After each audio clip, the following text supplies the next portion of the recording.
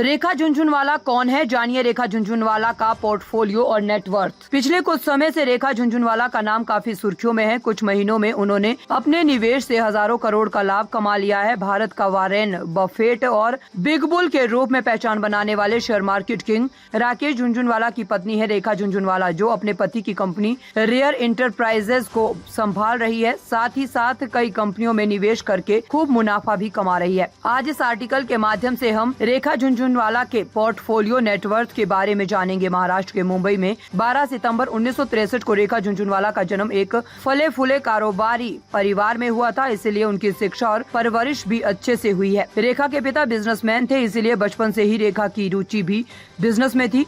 वे अपने पति के साथ काम करती थी। स्कूली शिक्षा हासिल करने के बाद उन्होंने मुंबई यूनिवर्सिटी से ही बैचलर ऑफ कॉमर्स किया। शादी से पहले उन्होंने अपने पिता के साथ काम किया। सन 1987 में उन्होंने भारत के बिग बुल राकेश झुनझुनवाला से शादी करने का फैसला किया। उनके 3 बच्चे हैं, निष्ठा, आर्यमन और आर्यवीर। शादी के बाद अपने पति के कारोबार को आगे बढ़ने में मदद की। राकेश झुनझुनवाला रेयर एंटरप्राइजेज नाम की कंपनी के मालिक थे। वे एक प्रसिद्ध भारतीय निवेश, चार्टर्ड अकाउंटेंट, व्यापारी और व्यवसायी थे। राकेश झुनझुनवाला ने केवल 5,000 रुपए से शेयर बाजार में निवेश की शुरुआत की थी और आगे चलकर उनकी संपत्ति लगभग 46 करोड़ रुपए की बन गई थी। फोर्ब्स के अनुसार अगस्त 2022 तक उनकी कुल संपत्ति $5.8 बिलियन थी। उनकी अगस्त 2022 में 62 वर्ष की आयु में मृत्यु हो गई थी। रेखा को दिवंगत पति से धन और स्टाफ पोर्टफोलियो विरासत में मिला। शेयर मार्केट में बनाई पहचान। रेखा झुनझुनवाला का नाम शेयर मार्केट के दिग्गजों में लिया जाता है। रेखा झुनझुनवाला को अपने दिवंगत पति